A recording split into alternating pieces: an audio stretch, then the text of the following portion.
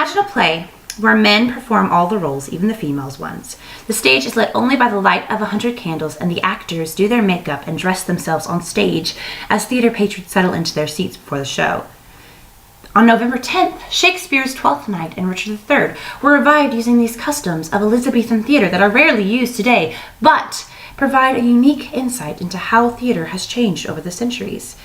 It is important to understand how much theater has changed over the years. If you understand it, you can appreciate it, and I truly believe that an appreciation of theater can better your life. As a senior pursuing my BFA in theater performance, I have a very unique insight into the history of my craft. Today, I will touch on the history of the Elizabethan period, as well as how productions and acting styles have changed over the years. In order to understand how theater has changed, it is important to look at the theater history of the time. The Elizabethan era is considered the English counterpart to the Italian Renaissance. The revitalization of the arts, particularly theater, during Queen Elizabeth I's reign is considered the crowning achievement of this expansive era.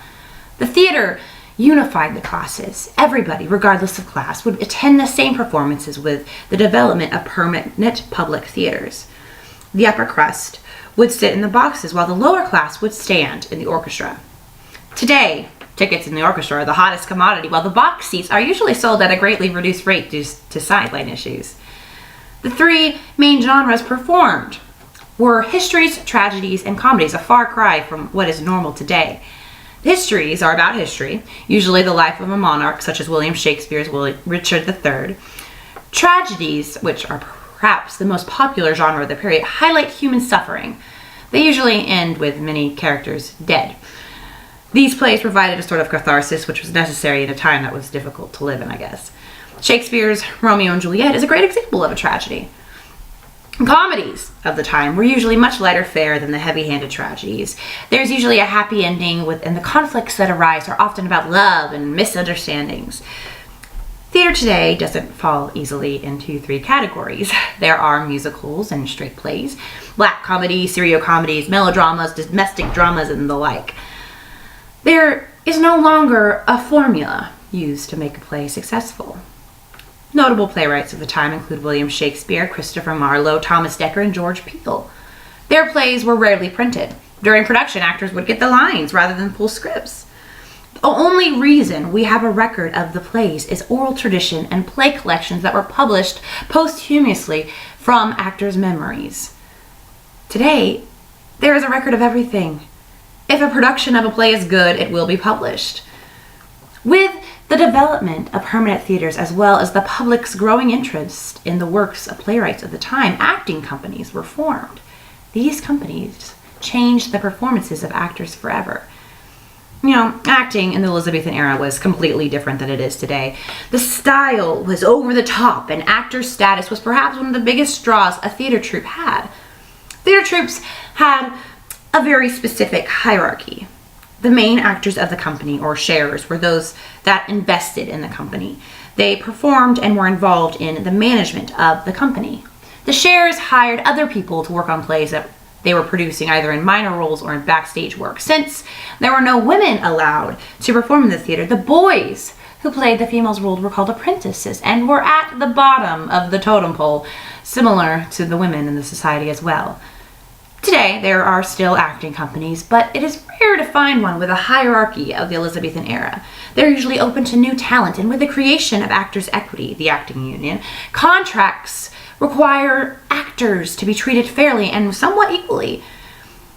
Also, plays were performed in repertory. Therefore, actors rarely performed the same plays 2 days in a row. Such a schedule is rigorous and is rarely utilized today. Actors would have to know their parts in all the plays, which is remarkable considering the fact that they would have to know over 20 plays at a time, and rehearsal time was almost non-existent. Actors also performed all their own stunts, including fight choreography with real swords.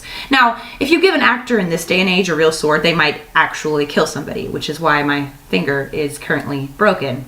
Not from a sword, but from stage combat, so it's not easy. Anyways, the poetic nature of the plays also require a different style of acting. Since there was no amplification, actors would often have to overact in order to convey the play to everybody in the house. Today, contemporary theater is deeply rooted in realism. Thanks to the invention of the body microphone, more intimate moments can be acted out on stage.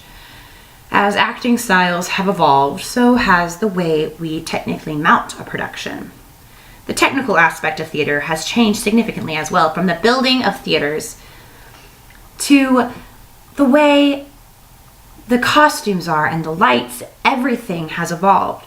Public theaters had a very specific build. They were 3 stories high and were built with an open space in the middle and a thrust stage. A thrust stage is a stage with audience members on 3 sides of the stage. These buildings were built with wood and were highly flammable, which is dangerous considering the only way to light the production was by candlelight.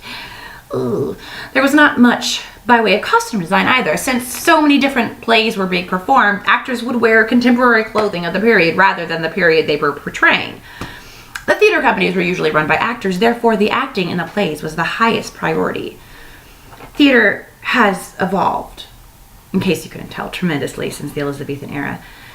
As a contemporary actor, it is exciting to be able to combine the brilliant playwriting of the era with the modern technologies to create a truly remarkable experience, such as the revival of William Shakespeare's Twelfth Night and Richard III.